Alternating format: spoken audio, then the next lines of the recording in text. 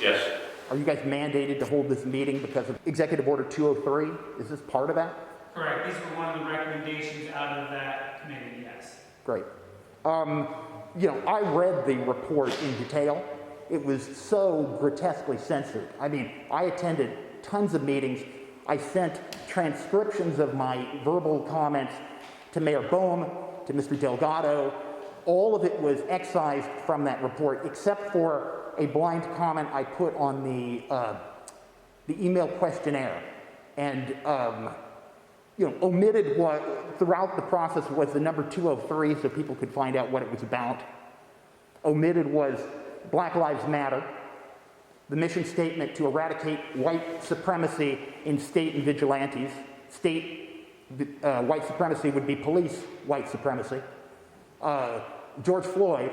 So all of the language of 203 was omitted by Peter Minahan, by Boehm, and by yourself throughout that process. I don't think have any video with you guys discussing those salient and critical points of why this thing was put together. Another area of omission, Chatham's history of white supremacy in their police department is onerous. Since Volkman took over, there have been part-time African Americans and women hired. But under Boehm and before, for 150 years, I couldn't get any expression that any women or people of color were ever hired as full-time police officers. So if we're looking for like a representation of white supremacy in policing, the Chatham police history is onerous, and that was completely omitted. I talked about it in meetings, and I wrote about it, and it was suppressed. We have 2 levels of police officers to my neighbor on Kinderhook Street. So if you pick up the phone, you can get a state trooper, you can get a county trooper.